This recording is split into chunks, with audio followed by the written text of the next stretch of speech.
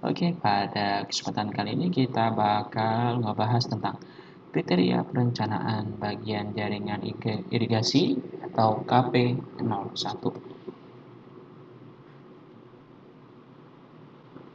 Oke, bismillahirrahmanirrahim. Kita coba bahas.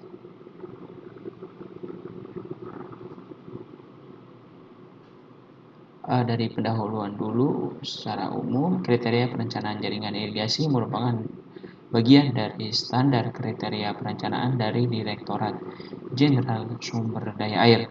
Kriteria perencanaan terdiri dari bagian-bagian berikut. Nah, jadi KP ini ada beberapa dari KP01 sampai KP07. KP01-nya tentang perencanaan jaringan irigasi, KP02 tentang bangunan utama atau headworks, KP3 tentang saluran, KP4 bangunan, KP5 parameter bangunan, KP6 petak tersier, dan KP7 standar penggambaran. Kriteria tersebut dilengkapi dengan gambar-gambar tipe dan standar konfigurasi persyaratan teknis untuk pengukuran, penyelidikan, dan perencanaan. Yang ketiga, buku petunjuk perencanaan. Kemudian bagian mengenai kriteria perencanaan jaringan irigasi ini khusus membicarakan berbagai tahap perencanaan yang mengarah kepada penyelesaian jaringan utama irigasi. Bagian ini menguraikan semua data-data yang diperlukan serta hasil akhir masing-masing tahap. Kriteria perencanaan yang diuraikan di sini berlaku untuk perencanaan jaringan irigasi teknis. Kemudian dalam bab 2 diberikan uraian mengenai berbagai unsur jaringan irigasi teknis seperti petak-petak irigasi, bangunan utama, saluran, dan bangunan. Pada persiapan pembangunan sampai dengan perencanaan akhir dibagi menjadi dua tahap, yaitu tahap studi dan tahap perencanaan. Tahap studi dibicarakan untuk melengkapi pada persiapan proyek. Ketiga, menyajikan uraian mengenai berbagai tahap studi dan tahap perencanaan. Kriteria tentang tahap studi merupakan dasar pengambilan keputusan dimulainya perencanaan irigasi atau tahap perencanaan. Segi-segi teknis dan non-teknis akan sama-sama memainkan peran. Laporan tentang hasil studi yang telah dilakukan mencakup pula keterangan pokok mengenai irigasi yang direncanakan, serta kesimpulan yang berkenan dengan tipe jaringan, tata letak, dan pola tanam. Pada permulaan tahap perencanaan, kesimpulan yang diperoleh dari tahap studi akan ditinjau kembali sejauh kesimpulan tersebut berkenaan dengan perencanaan jaringan irigasi. Peninjauan semacam ini perlu karena dalam tahap-tahap studi dan perencanaan banyak instansi pemerintah yang terlibat di dalamnya.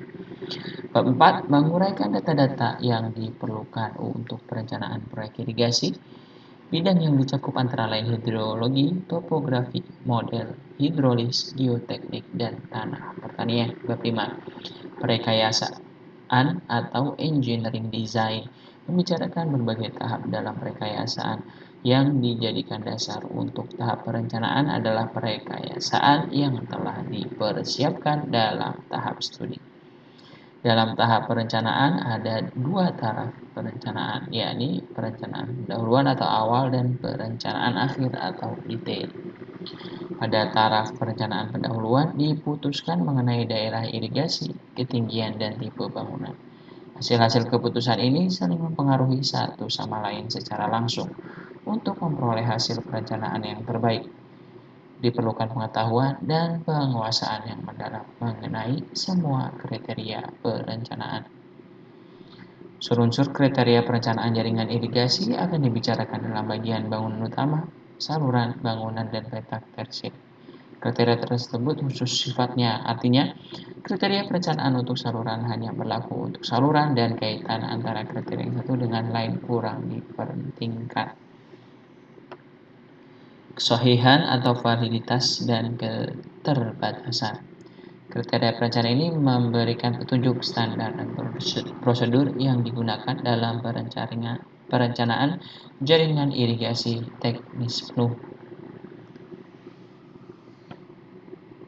Kriteria perencanaan ini terutama dimaksudkan untuk dipakai sebagai kriteria dalam praktek perencanaan dengan menghasilkan desain yang aman bagi mereka yang berkecimpung dalam perencanaan jaringan irigasi di Direktorat Jenderal Sumber Daya Air Departemen Pekerjaan Umum.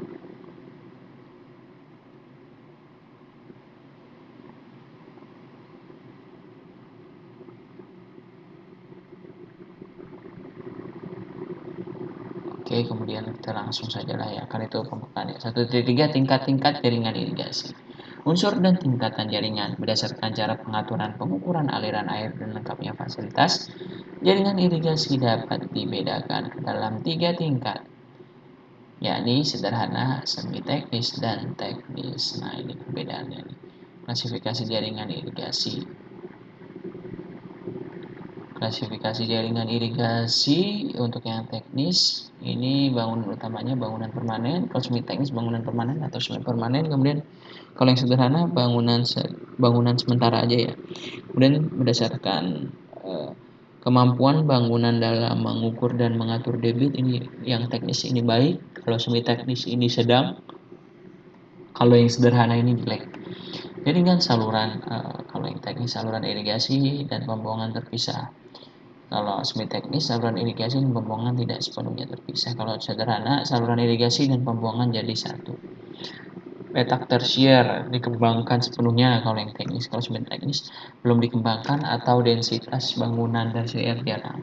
Yang sederhana, petak tersier belum ada jaringan terpisah yang dikembangkan.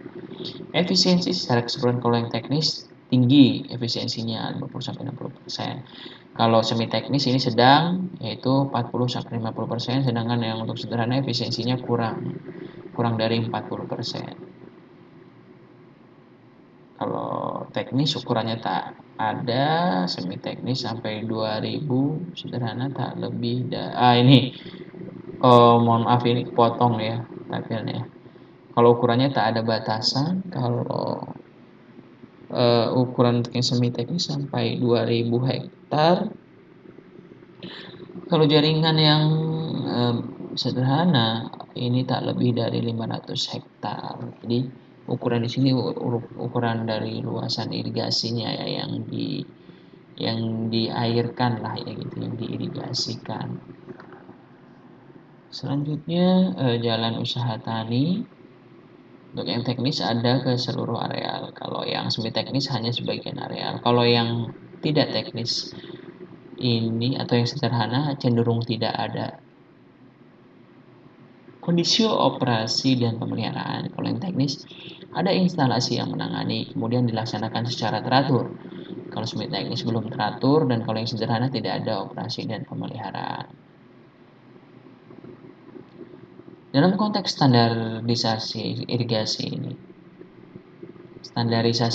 ini, hanya irigasi teknis saja yang ditinjau. Bentuk irigasi yang lebih maju ini cocok untuk dipraktekkan di sebagian besar pembangunan irigasi di Indonesia. Dalam suatu jaringan irigasi dapat dibedakan adanya 4 unsur fungsional pokok, yaitu bangunan-bangunan utama atau headworks, di mana air diambil dari sumbernya, umumnya sungai atau waduk. Kemudian jaringan pembawa berupa saluran yang mengalirkan air irigasi, petak-petak tersier, kemudian petak-petak tersier dengan sistem pembagian air dan sistem pembuangan kolektif. Air irigasi dibagi-bagi dan dialirkan ke sawah-sawah, dan kelebihan air ditampung di dalam suatu sistem pembuangan di dalam petak tersier. Sistem pembuangan berupa saluran dan bangunan bertujuan untuk membuang kelebihan air dari sawah ke sungai atau saluran-saluran alamiah. Irigasi sederhana. Di dalam irigasi sederhana, pembagian air tidak diukur atau tidak diatur. Air lebih akan mengalir ke saluran pembuangan. Para petani pemakai air itu tergabung dalam satu kelompok jaringan irigasi yang sama, sehingga tidak memerlukan keterlibatan pemerintah di dalam organisasi jaringan irigasi semacam ini. Persediaan air biasanya berlimpah dengan kemiringan berkisar antara sedang sampai curam. Oleh karena itu, hampir-hampir tidak diperlukan teknik yang sulit untuk sistem pembagian airnya.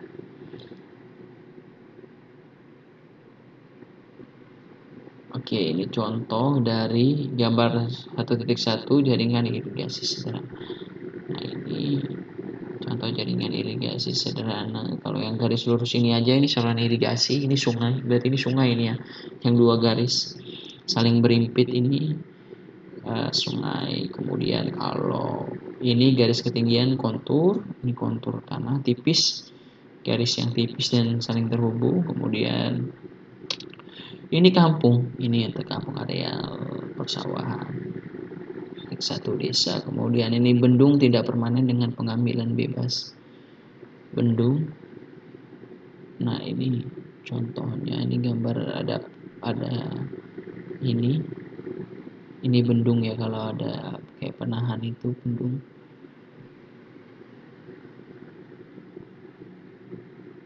Nah, oke. Terus ini saluran irigasinya yang tebal, garis tebal. Kan bisa kita lihat ini 2726 berarti kan airnya mengalir dari sini ke sini nih. Air sungainya berarti mengalir dari sini ke sini. Karena ini konturnya tinggi ke rendah ya kan, dilihat dari garis konturnya nih 28, 29, 27. Kemudian kan ini adalah persawahan. Gabungan saluran irigasi dan pembuangan. Ini saluran irigasinya ke sini. Nah, ini di bagian sini, ini contohnya, ini irigasinya. Ini contohnya irigasi. Cuman di sini belum ada ini ya, dia sampai ke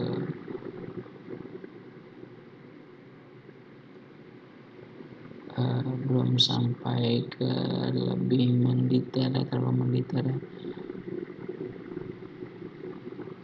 Jadi ini contohnya yang sederhana. Irigasi yang sederhana contohnya seperti ini. Nah, ini contohnya ini untuk pengambilan ya, pengambilan bebas di sini. Ada waduk di sini ya. Bendungan tidak permanen dengan pengambilan bebas di sini. Bendungannya di sini nih, airnya kan jadi mengarah ke sini, ke arah istilahnya lah, ke arah persawahan tadi warga. 1.3.3 jaringan irigasi semi teknis. Dalam banyak hal, perbedaan satu-satunya antara jaringan irigasi sederhana dan jaringan semi teknis adalah bahwa jaringan semi teknis ini bendungnya terletak di sungai lengkap dengan bangunan pengambil dan bangunan pengukur di bagian hilirnya. Mungkin juga dibangun beberapa bangunan permanen di jaringan saluran. Sistem pembagian air biasanya serupa dengan jaringan sederhana. Adalah mungkin bahwa pengambilan dipakai untuk melayani atau mengairi daerah yang lebih luas dari daerah layanan yang pada jaringan sederhana. Oleh karena itu, biaya ditanggung oleh lebih banyak daerah layanan. Organisasinya akan lebih rumit jika bangunan tetapnya berupa bangunan pengambilan air dari sungai karena diperlukan lebih banyak keterlibatan dari pemerintah. Dalam hal ini, Departemen Pekerjaan Umum. Nah, seperti ini contohnya ya. Ya, tidak terlalu jauh beda ya dengan yang ini. Cuman perbedaannya ini, pertama tadi kan yang daerah yang dilayani lebih luas. Kemudian juga ini ya, ada bangunan tetapnya, ada bangunan baginya, tadi ada bangunan tetapnya gitulah. Ada bangunan pembagi, tidak terlalu jauh beda, tapi di sini bangunan pembagi, serta di bagian hilir tadi. Di bagian hilir tadi sudah ada ini kan dijelaskan bahwa di bagian hilir ada bangunan pengukur, di bagian ini bangunan pengambil dan bangunan pengukur di bagian hilirnya. Kemudian jaringan irigasi teknis. Salah satu prinsip dalam perencanaan jaringan teknis adalah pemisahan antara jaringan irigasi dan jaringan pembuang atau pematus. Hal ini berarti bahwa baik saluran irigasi maupun pembuang tetap bekerja sesuai dengan fungsinya masing-masing, dari pangkal hingga ujung. Saluran irigasi mengalirkan air irigasi ke sawah-sawah dan saluran pembuangan mengalirkan air lebih dari sawah-sawah ke saluran pembuang alamiah yang kemudian akan diteruskan ke laut. Petak tersier menduduki fungsi sentral dalam jaringan irigasi teknis. Sebuah petak tersier terdiri dari sejumlah sawah dengan luas keseluruhan yang idealnya maksimum 50 hektar, tetapi dalam keadaan tertentu masih bisa ditolerir sampai seluas 75 hektar. Perlunya batasan luas petak tersier yang ideal hingga maksimum adalah agar pembagian air di saluran tersier lebih efektif dan efisien hingga mencapai lokasi sawah terjauh. Masalahnya banyak dijumpai di lapangan untuk petak tersier dengan luasan lebih dari 75 hektar antara lain. 1. Dalam proses pemberian air irigasi untuk petak sawah terjauh sering tidak terpenuhi. 2. Kesulitan dalam mengendalikan proses pembagian air sehingga sering terjadi pencurian air. 3. Banyak petak tersier yang rusak akibat organisasi petani setempat yang tidak terkelola dengan baik. Semakin kecil luas petak dan luas kepemilikan, maka semakin mudah organisasi tingkat P3A atau GP3A untuk melaksanakan tugasnya dalam melaksanakan operasi dan pemeliharaan. Petak tersier menerima air di suatu tempat dalam jumlah yang sudah diukur dari suatu jaringan pembawa yang diatur oleh institusi pengelola irigasi. Pembagian air di dalam petak tersier diserahkan kepada para petani. Jaringan saluran tersier dan kuarter mengalirkan air ke sawah. Kelebihan air ditampung dalam satu jaringan saluran pembuang tersier dan kuarter dan selanjutnya dialirkan ke jaringan pembuang primer. Jaringan irigasi teknis yang didasarkan pada prinsip-prinsip di atas adalah cara pembagian air yang paling efisien dengan mempertimbangkan waktu merosotnya persediaan air serta kebutuhan pertanian. Jaringan irigasi teknis memungkinkan dilakukannya pengukuran aliran, pembagian air irigasi, dan pembuangan air lebih secara efisien. Jika petak tersier hanya memperoleh air pada satu tempat saja dari jaringan pembawa utama, hal ini akan memerlukan jumlah bangunan yang lebih sedikit di saluran primer, eksploitasi yang lebih baik, dan pemeliharaan yang lebih murah dibandingkan dengan apabila setiap petani diizinkan untuk mengambil sendiri air dari jaringan pembawa. Kesalahan dalam pengelolaan air di petak-petak tersier juga tidak akan mempengaruhi pembagian air di jaringan utama.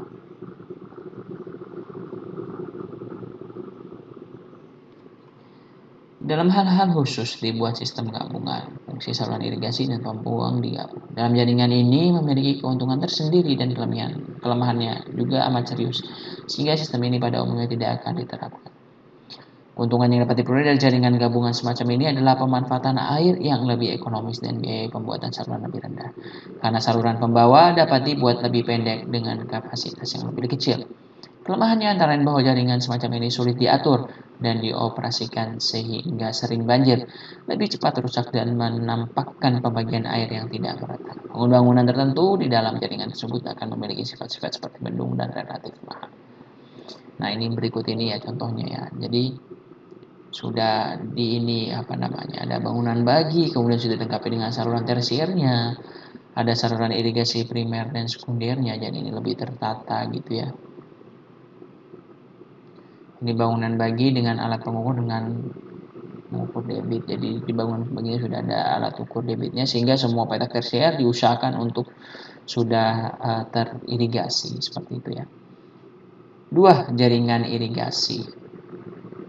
Nah, ini pendahuluan aja kita skip saja lah ya. Peta ikhtisar adalah cara penggambaran berbagai macam bagian dari satu jaringan irigasi yang saling berhubungan. Peta ikhtisar tersebut dapat dilihat pada peta tata letak.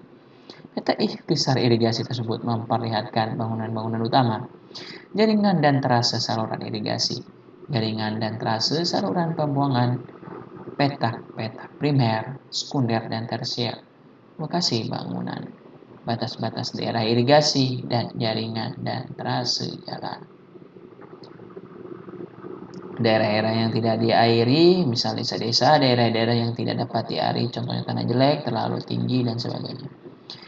Peta ikhtisar umum dibuat berdasarkan peta topografi yang dilengkapi dengan garis-garis kontur dengan skala 1:25.000. Peta ikhtisar detail yang biasa disebut peta petak dipakai untuk perencanaan dibuat dengan skala 1:5.000 dan untuk petak tersier 1:5.000 atau 1:2.000. Jadi kalau yang peta ikhtisar ini memang penting nih karena bukan gambaran ini saluran irigasinya gitu ya. Kalau yang umum di 1:25.000 tidak terlalu spesifik, ya terlalu detail gitu ya.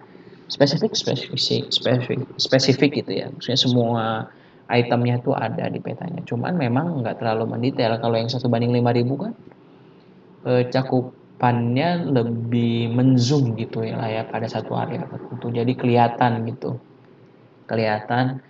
irigasinya lebih jelas, gambarnya lebih jelas, lebih mendetail.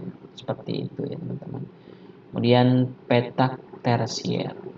Perencanaan dasar yang berkenaan dengan unit tanah adalah petak tersier. Petak ini menerima air irigasi yang dialirkan dan diukur pada bangunan sadap atau offtake tersier yang menjadi tanggung jawab dinas pengairan. Bangunan sadap tersier mengalirkan airnya ke saluran tersier.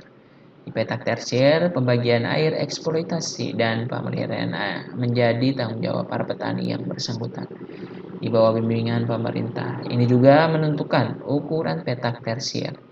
Petak yang kelewat besar akan mengakibatkan pembagian air menjadi tidak efisien. Faktor-faktor penting lainnya adalah jumlah petani dalam satu petak, jenis tanaman, dan topografi. Di daerah-daerah yang ditanami padi, luas petak tersier idealnya maksimum 50 hektar.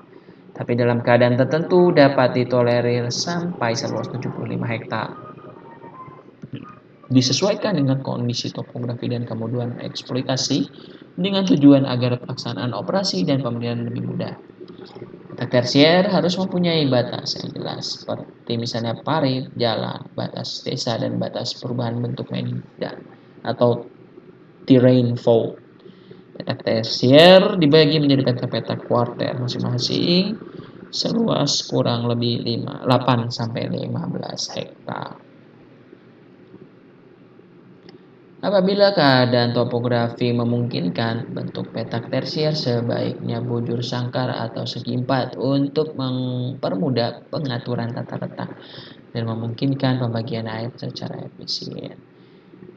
Petak tersier harus terletak langsung berbatasan dengan saluran sekunder atau saluran primer.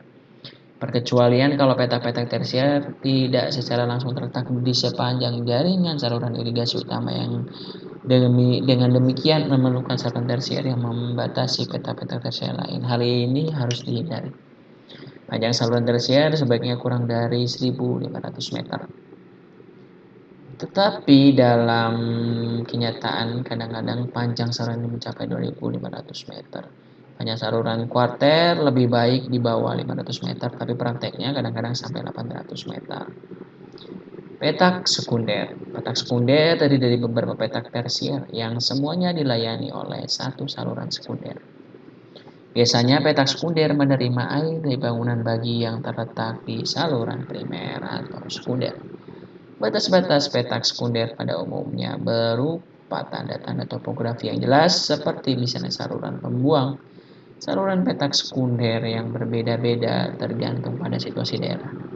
Saluran sekunder sering terletak di punggung medan, mengairi kedua sisi saluran, hingga saluran pembuangan yang membatasinya. Saluran sekunder boleh juga direncanakan sebagai saluran garis tinggi yang mengairi lereng medan yang lebih rendah saja.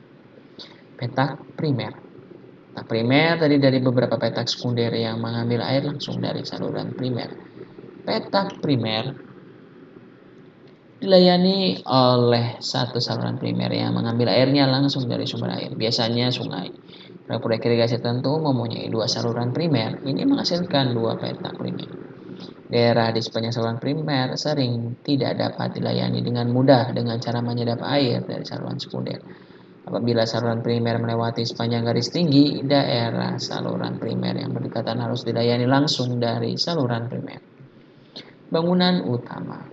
Nah, ini bangunan pada jaringan irigasi ya. Bangunan utama atau headworks dapat didefinisikan sebagai kompleks bangunan yang direncanakan di dan sepanjang sungai atau aliran air untuk membelokkan air ke dalam jaringan saluran agar dapat dipakai untuk keperluan irigasi. Bangunan utama bisa mengurangi sedimen yang berlebih serta mengukur banyaknya air yang masuk. Bangunan utama terdiri dari bendungan dengan peredam energi, satu atau dua pengambil utama, pintu bilas, kolam olak, dan jika diperlukan kantong lumpur. Tanggul banjir, pekerjaan sungai, dan bangunan pelengkap. Bangunan utama dapat diklasifikasikan ke dalam sejumlah kategori bergantung kepada perencanaannya. Berikut ini dijelaskan beberapa kategori. A. Bendung atau bendung gerak. Bendung atau weir atau bendung gerak atau barrage dipakai untuk meninggikan muka air di sungai sampai pada ketinggian yang diperlukan agar air dapat dialirkan ke saluran irigasi dan petak tersier. Ketinggian ini akan menentukan luas daerah yang di area atau common area. Bendung gerak adalah bangunan yang dilengkapi dengan pintu yang dapat dibuka untuk mengalirkan air pada waktu terjadi banjir besar dan ditutup apabila aliran air kecil. Di Indonesia, bendung adalah bagian yang paling umum dipakai untuk membelokkan air sungai untuk keperluan irigasi. Kemudian ada bendung karet. Bendung karet memiliki dua bagian pokok, yaitu tubuh bendung yang terbuat dari karet dan fondasi beton berbentuk plat beton sebagai dudukan tabung karet, serta dilengkapi satu ruang kontrol dengan beberapa perlengkapan mesin untuk mengontrol, mengembang, dan mengepisnya tabung karet. Bendung berfungsi meninggikan muka air dengan cara mengembangkan tubuh bendung dan menurunkan muka air dengan cara mengepiskan tubuh bendung yang terbuat dari tabung karet. Dapat diisi dengan udara atau air. Proses pengisian udara atau air dari pompa udara atau air dilengkapi dengan instrumen pengontrol udara atau air atau manometer. C. Pengambilan bebas. Pengambilan bebas adalah bangunan yang dibuat di tepi sungai yang mengalirkan air sungai ke dalam jaringan irigasi tanpa mengatur tinggi muka air di sungai. Dalam keadaan demikian, jelas bahwa muka air sungai lebih tinggi dari daerah yang diairi dan jumlah air yang dibelokkan harus dapat dijamin cukup. D. Pengambilan dari waduk.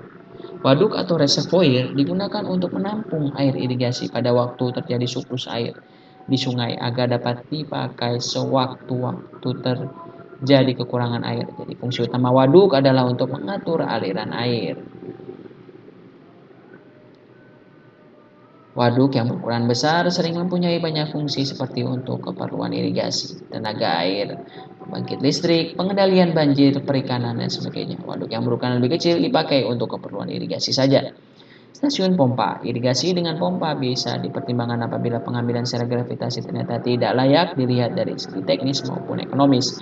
Pada mulanya irigasi pompa hanya memerlukan modal kecil tetapi biaya eksploitasinya mahal. Jaringan irigasi.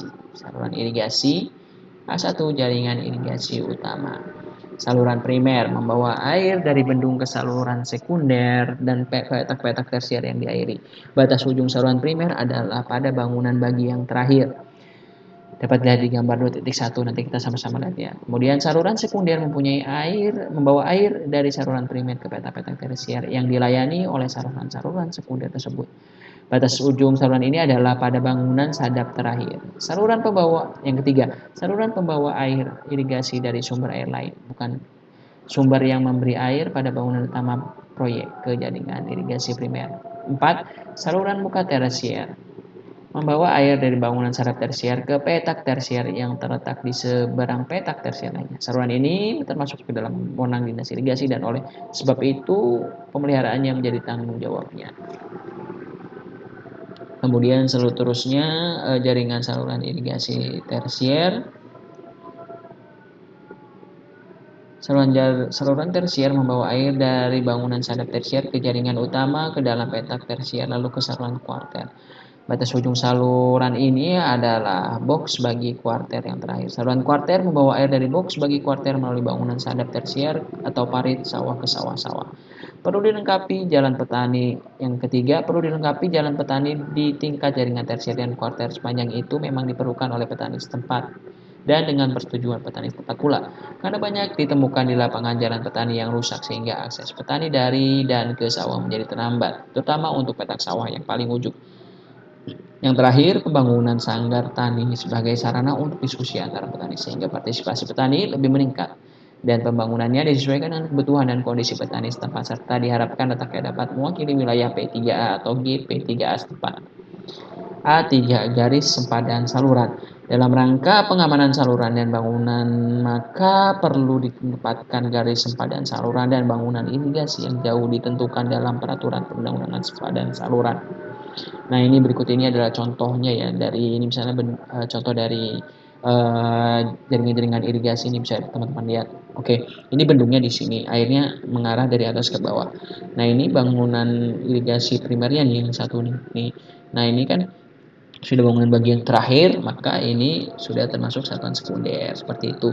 Nah, ini awalnya 10.000 hektar, berarti 10 yang di bawah sini nih, di bawah sini nih salur daerah yang perlu diirigasi nih, yang di mendapatkan air irigasi nih, pesawahan gitulah ya. Nah, ini saluran sekunder ini 4.000 awalnya, 4.000 hektar, kemudian 2.000 hektar, yang ini 3.000 hektar, yang ini 1.000 hektar. Nah, ini semakin terbagi-bagi nih saluran primer, sekunder, kemudian selanjutnya ada tersier, kemudian ada kuarter, seperti itu ya teman-teman ya. Yang B, saluran pembuang.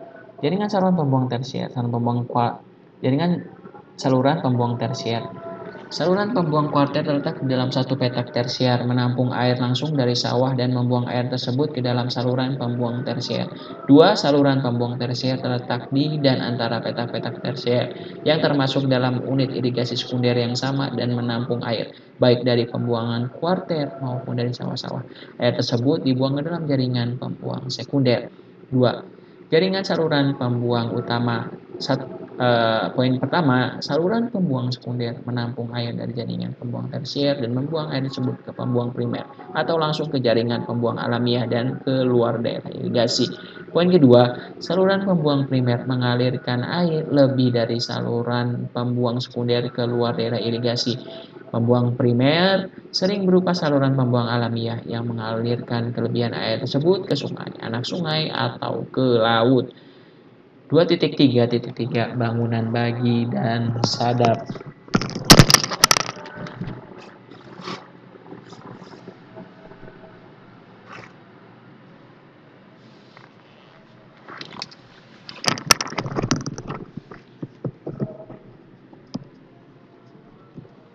Bangunan bagi dan sadap pada irigasi teknis dilengkapi dengan pintu dan alat pengukur debit untuk memenuhi kebutuhan air irigasi sesuai jumlah dan pada waktu tertentu. Namun dalam keadaan tertentu sering dijumpai kesulitan-kesulitan dalam operasi dan pemeliharaan sehingga muncul usulan sistem proporsional, yaitu bangunan bagi dan sadap tanpa pintu dan alat ukur tapi dengan syarat-syarat sebagai berikut. 1. Elevasi ambang ke semua arah harus sama. 2. Bentuk ambang harus sama agar koefisien debit sama. 3. Lebar bukaan proporsional dengan luasan sawah yang diairi. Lebar bukaan proporsional dengan luas sawah yang diairi. Tetapi disadari bahwa sistem proporsional tidak bisa diterapkan dalam irigasi yang melayani lebih dari satu jenis tanaman dari penerapan sistem golongan. Untuk itu, kriteria ini menetapkan agar diterapkan tetap memakai pintu dan alat ukur debit dengan memenuhi 3 syarat proporsional. 1. A. Bangunan bagi letak di saluran primer dan sekunder pada satu titik cabang dan berfungsi untuk membagi aliran antara dua saluran atau lebih. B. Bangunan sadap tersier mengalirkan air dari saluran primer atau sekunder ke saluran tersier penerima. C. Bangunan bagi dan sadap mungkin digabung menjadi satu rangkaian bangunan. D. Box-box bagi di saluran tersier membagi aliran untuk dua saluran atau lebih, tersier, subtersier, dan atau kuarter. 2.3.4 Bangunan-bangunan pengukur dan pengatur. Aliran akan diukur di hulu atau udik saluran primer, di cabang saluran jaringan primer, dan di bangunan sadap sekunder maupun tersier. Bangunan ukur dapat dibedakan menjadi bangunan ukur aliran atas, bebas atau free overflow, dan bangunan ukur aliran bawah atau underflow. Beberapa dari bangunan pengukur dapat juga dipakai untuk mengatur aliran air. Bangunan ukur yang dapat dipakai ditujukan pada tabel 2.1. Nah, ini alat-alat ukurnya ya pada bangunan ukur nih, tabel 2.1.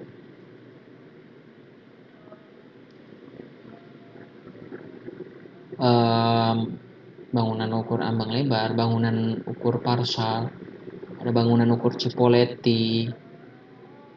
Nah, ini ada CHO juga jenisnya, bangunan Kram de Gruyter, Cathode Flume. Nah, ini teman-teman bisa baca sendiri ya untuk bangunan pengukurnya. Nah, untuk menyederhanakan operasi dan pemeliharaan bangunan ukur yang dipakai di sebuah jaringan irigasi hendaknya tidak terlalu banyak dan diharapkan pula pemakaian alat ukur tersebut bisa benar-benar mengatasi permasalahan yang dihadapi oleh petani. KP Strip 04 Bangunan memberikan uraian rinci mengenai peralatan ukur dan penggunaannya. Peralatan berikut dianjurkan pemakaiannya di hulu saluran primer. Untuk aliran besar, alat ukur ambang lebar dipakai untuk pengukuran dan pintu sorong atau radial untuk pengatur. Nah ini ya, untuk aliran besar, alat ukur ambang lebar dipakai untuk pengukuran dan pintu sorong atau radial untuk pengatur. Nah ini ya jenisnya yang disarankan nih dalam kriteria perencanaan ini. Terus di bangunan bagi bangunan sadap sekunder, pintu Romigen dan pintu Krum de Gruyter dipakai untuk mengukur dan mengatur aliran. Bila debit terlalu besar, maka alat ukur ambang lebar dengan pintu sorong atau radial bisa dipakai seperti untuk saluran primer. Yang ketiga, bangunan sadap tersier. Untuk mengatur dan mengukur aliran dipakai alat ukur Romigen dan jika fluktuasi di saluran besar dapat dipakai alat ukur Krum de Gruyter. Di petak-petak tersier kecil di sepanjang saluran primer dengan tinggi muka air yang bervariasi dapat dipertimbangkan untuk memakai bangunan sadap pipa sederhana. Di lokasi yang petani tidak menerima bentuk ambang, sebaiknya dipasang alat ukur partial atau cut-throat flume. Alat ukur partial memerlukan ruangan yang panjang, presisi yang tinggi dan sulit pembacaannya. Alat ukur cut-throat flume lebih pendek dan mudah pembacaannya. Bangunan pengatur muka air. Bangunan pengatur muka air mengatur atau mengontrol muka air di jaringan irigasi utama sampai batas-batas yang diperlukan untuk dapat memberikan debit yang konstan kepada bangunan sadap tersier. Bangunan pengatur mempunyai potongan pengontrol aliran yang dapat di-setel dan atau tetap. Untuk bangunan-bangunan pengatur yang dapat di-setel dianjurkan menggunakan pintu atau sorong radial atau lainnya. Kemudian bangunan-bangunan pengatur diperlukan di tempat-tempat di mana tinggi muka air di saluran pengaruh oleh bangunan terjun atau got miring atau chute. Untuk mencegah meninggi atau menurunnya muka air di saluran dipakai mercut tetap atau celah kontrol trapesium atau trapezodial notch. Kemudian 2.3.6 bangunan pembawa. Bangunan pembawa membawa air dari ruas hulu ke ruas hilir saluran. Aliran yang melalui bangunan ini bisa superkritis atau subkritis. A. Bangunan pembawa dengan aliran superkritis. Bangunan pembawa dengan aliran tempat di mana lereng medannya maksimum saluran superkritis diperlukan di tempat lebih curam daripada kemiringan maksimal saluran. Jika di tempat di mana kemiringan medannya lebih curam daripada kemiringan dasar saluran, maka bisa terjadi aliran superkritis yang dapat merusak saluran. Untuk itu diperlukan bangunan peredam. A.1 Bangunan terjun. Dengan bangunan terjun, menurunnya muka air dan tinggi energi dipusatkan ke satu tempat bangunan terjun. Bisa memiliki terjun tegak atau terjun miring. Jika perbedaan tinggi energi mencapai beberapa meter, maka konstruksi got miring perlu dipertimbangkan. A2 got miring. Di daerah got miring dibuat apabila trase saluran melewati ruas medan dengan kemirikan yang tajam dengan jumlah perbedaan tinggi energi yang besar. Got miring berupa potongan saluran yang diberi pasangan atau lining dengan aliran superkritis dan umurnya mengikuti kemiringan medan alamiah. Bangunan pembawa dengan aliran subkritis atau bangunan silang. B.1 Gorong-gorong.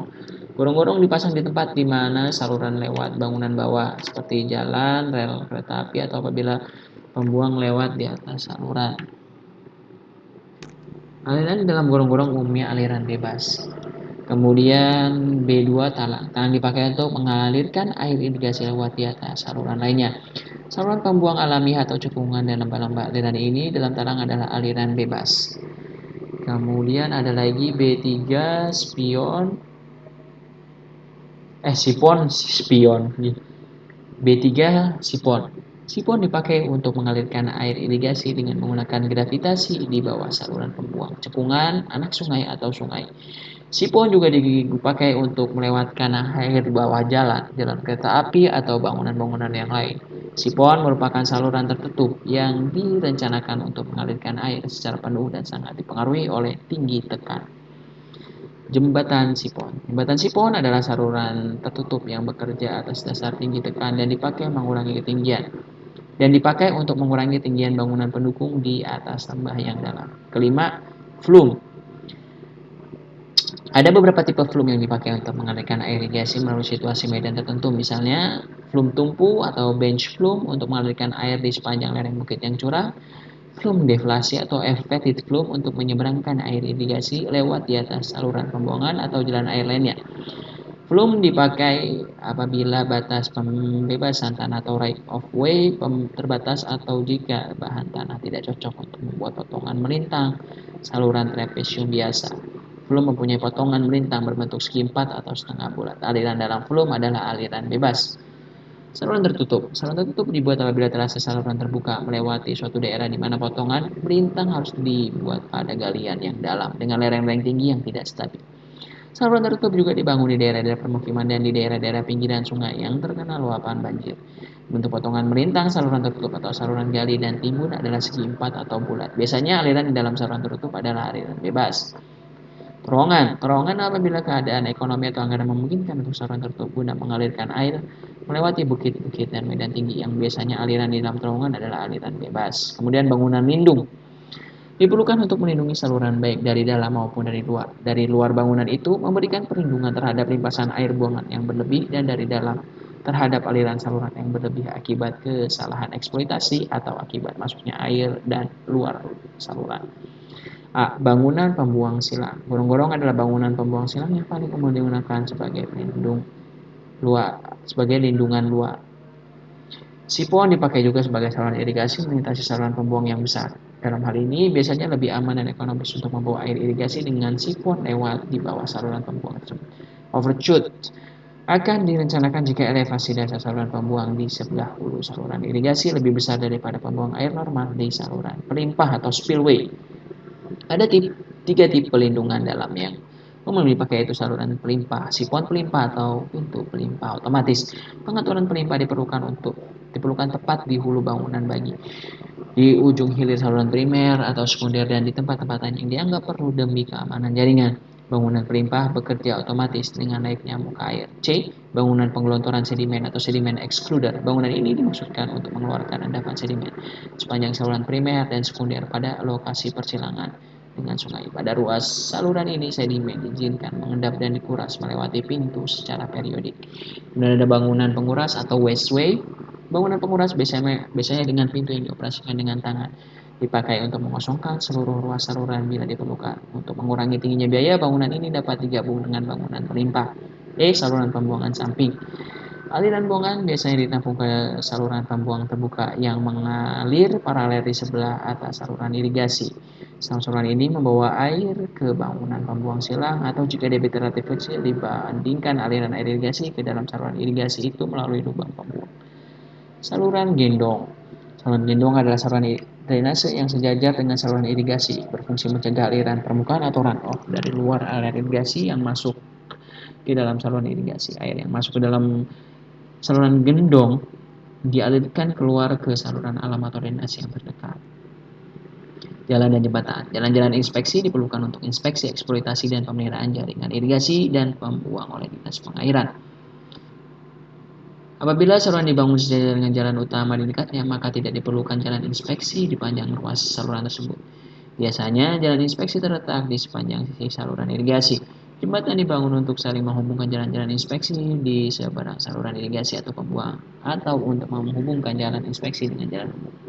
Perlu dilengkapi jalan petani di tingkat jaringan tersier dan kuarter sepanjang itu memang diperlukan oleh petani setempat dan dengan persetujuan petani setempat pula, karena banyak ditemukan di lapangan jalan petani yang rusak atau tidak ada sama sekali sehingga akses petani dari dan ke sawah menjadi terhambat, terutama untuk petak sawah yang paling ujung.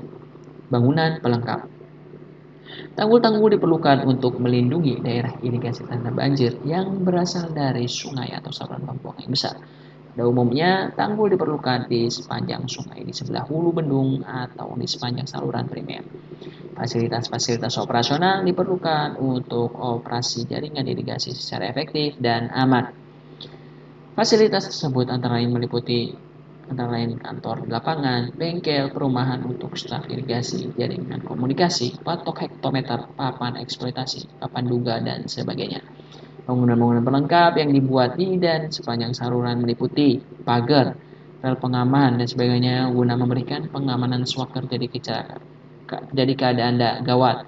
kemudian tempat cuci, tempat mandi ternak dan sebagainya untuk memberikan sarana untuk mencapai air di saluran tanpa merusak lereng. Kisi-kisi penyaring untuk mencegah tersumbatnya bangunan, sipon, dan gorong-gorong panjang oleh benda-benda yang hanyut. Jembatan untuk keperluan penyeberangan penduduk, sanggar tani sebagai sarana interaksi antar petani. Nah, ini 2.4 standar tata nama. Nama-nama yang diberikan untuk saluran irigasi dan pembuang. Bangunan-bangunan daerah irigasi harus jelas dan logis. Nama yang diberikan harus pendek dan tidak mempunyai tafsiran ganda atau ambigu. Nama-nama harus dipilih dan dibuat demikian sehingga jika dibuat bangunan baru tidak perlu mengubah semua nama yang ada. Daerah irigasi. Daerah irigasi dapat diberi nama sesuai dengan daerah setempat atau desa penting di daerah itu, yang biasanya terletak dekat dengan jaringan bangunan utama atau sungai yang airnya diambil untuk keperluan irigasi. Contohnya adalah daerah irigasi Jatiluhur atau DI Cikoncang apabila ada 2 pengambilan atau lebih. Maka daerah irigasi disebut sebaiknya diberi nama sesuai dengan desa-desa terkenal di daerah-daerah layanan setempat. Untuk memberi nama-nama bangunan utama berlaku peraturan yang sama seperti untuk daerah irigasi. Misalnya Bendung Elak Cikoncang melayani DI Cikoncang atau daerah irigasi Cikoncang. Sebagai contoh, lihat gambar 22, Bendung Barang merupakan salah satu bangunan-bangunan utama di Sungai Dolok. Bangunan-bangunan tersebut melayani daerah Makawa dan Lamogo. Keduanya diberi nama sesuai dengan nama desa utama di daerah itu.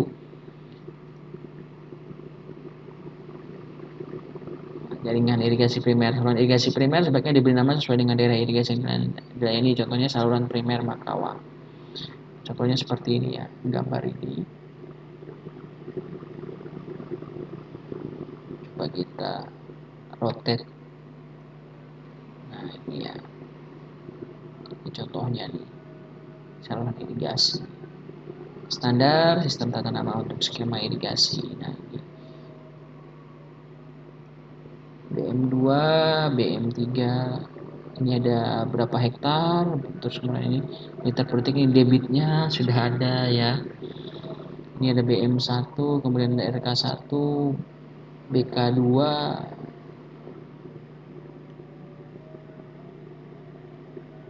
Oh, ini BK nih, saluran bagi kuarter.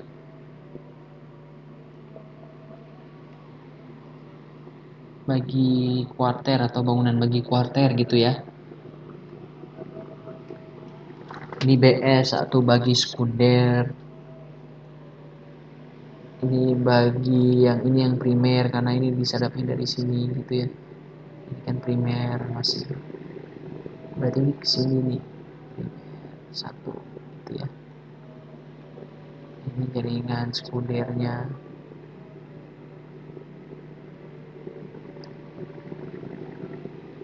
Seperti itu ya teman-teman ya.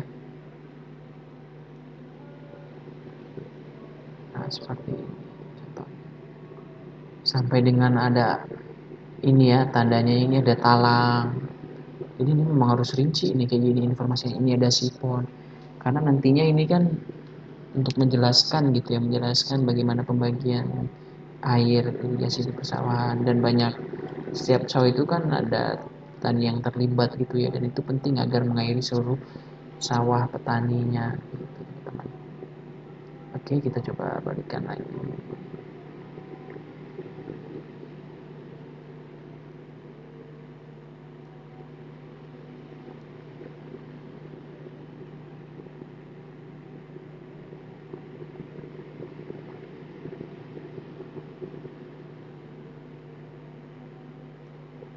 Oke, kemudian jaringan irigasi tersier. Petak tersier diberi nama seperti bangunan sadap tersier yang utama. Misalnya, petak tersier S1 KI mendapatkan air di pintu kiri bangunan bagi BS yang terletak di saluran sampah. Ruas-ruas saluran tersier dibagi nama sesuai dengan nama box yang terletak di antara kedua box. Misalnya T1, T2, T3, K1. Nah, seperti ini contohnya. Yang dua, box C diberi kode T diikuti dengan nomor urut arah jarum jam.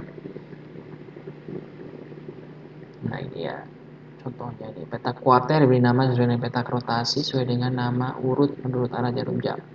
Petak rotasi diberi kode A, B, C. Box kuarter diberi kode K. Ini kuarternya nih. A, B, C, D kan sesuai dengan arah jarum jam nih. Kemudian tadi juga box tersier diberi kode T sesuai dengan jarum jam. T2, T1, T2, T3, kemudian apalagi ini box quarter diberi kode ini diikuti dengan nomor urut menurut arah jarum jam. Berarti kan K1, K2, K3 kan gini ya.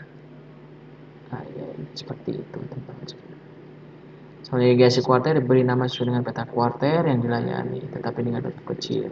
Saluran pembuang kuarter diberi nama sesuai dengan peta kuarter yang dibuang airnya menggunakan huruf kecil diawali dengan DK. Misalnya DKA 1, DKA 2, dan seterusnya. Saluran pembuang tersier diberi kode DT1, DT2 juga mengarah searah jarum jam. Jaringan pembuang.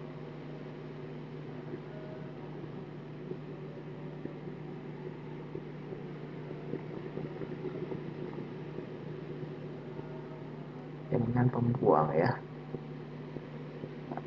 Nah, pembuangan sekunder pada umumnya berupa sungai atau anak sungai yang lebih kecil. Beberapa di antaranya sudah mempunyai nama yang tetap bisa dipakai. Jika tidak, sungai atau anak sungai tersebut akan ditunjukkan sesuai dengan huruf-huruf bersama-sama dengan nomor seri. Nama-nama ini akan diawali dengan huruf D atau drainase. Contoh sistem tata nama untuk saluran pembuangan. Nah, ini contohnya D1, D2 gitu ya.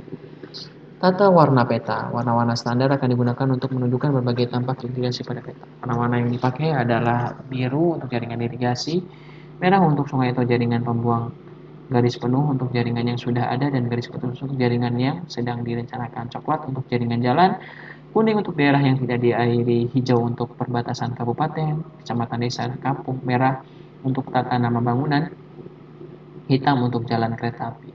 Warna bayangan akan dipakai untuk batas-batas petak sekunder. Batas-batas petak tersier akan diarsir dengan warna yang lebih mudah dari warna yang sama untuk petak sekunder. Semua petak tersier diberi nama air, diberi air langsung dari saluran primer akan mempunyai warna yang sama. 2.5 Definisi mengenai irigasi. Daerah studi adalah daerah proyek ditambah dengan seluruh daerah aliran daerah aliran sungai atau das, dan tempat-tempat pengambilan air ditambah dengan daerah-daerah lain yang ada hubungannya dengan daerah studi. Daerah proyek adalah daerah di mana pelaksanaan pekerjaan dipertimbangkan dan atau diusulkan, dan daerah tersebut akan mengambil manfaat langsung dari proyek tersebut. Daerah irigasi total atau bruto adalah daerah proyek dikurangi dengan perkampungan dan tanah-tanah yang dipakai untuk mendirikan bangunan daerah yang tidak diairi, jalan utama, rawa-rawa, dan daerah-daerah yang tidak akan dikembangkan untuk irigasi di bawah proyek yang bersangkutan. Daerah irigasi neto atau bersih adalah daerah yang ditanami padi, dan ini adalah daerah total yang bisa diairi dikurangi dengan saluran-saluran irigasi dan pembuangan primer, sekunder, tersier, dan kuarter, jalan inspeksi, jalan setapak, dan tanggul sawah. Daerah ini dijadikan dasar perhitungan kebutuhan air, panenan, dan manfaat atau keuntungan yang dapat diperoleh dari proyek yang bersangkutan. Sebagai angka standar, luas neto daerah yang dapat diairi diambil 0,9 kali luas total daerah yang dapat diairi. Daerah potensial adalah daerah yang mempunyai kemungkinan baik untuk dikembangkan. Luas daerah ini sama dengan daerah irigasi neto, tetapi biasanya belum sepenuhnya dikembangkan akibat terdapat hambatan-hambatan non-teknis. Poin F, daerah fungsional adalah bagian dari daerah potensial yang telah memiliki jaringan irigasi yang telah dikembangkan. Daerah fungsional luasnya sama atau lebih kecil dari daerah potensial. Oke, berikut ini gambar 2.6 definisi daerah-daerah irigasi. Nah, ini ada daerah irigasi. Daerah tidak bisa diairi: desa, jalan primer, kemudian saluran pas pembuangan primer dan sekunder, dan jalan petani. Yang ini saluran tersier dan sekunder. Saluran tersier dan kuarter, tanggul, jalan setapak, luas bersih yang bisa diairi. Oke, itu dia teman-teman pembahasan kita pada video kali ini. Untuk poin 2 aja ya. Poin selanjutnya akan dibahas pada video selanjutnya karena ini cukup banyak, ada 269 halaman. Ya, insya Allah akan di video selanjutnya kita bahas sampai selesai kriteria perencanaan untuk jaringan irigasi ini. Oke, terima kasih kepada teman-teman semua yang telah menonton. Semoga bisa bermanfaat. Semoga sukses dan sehat selalu untuk kita semua. Amin, amin, ya rabbal alamin. Thank you for watching. Wassalamualaikum warahmatullahi wabarakatuh.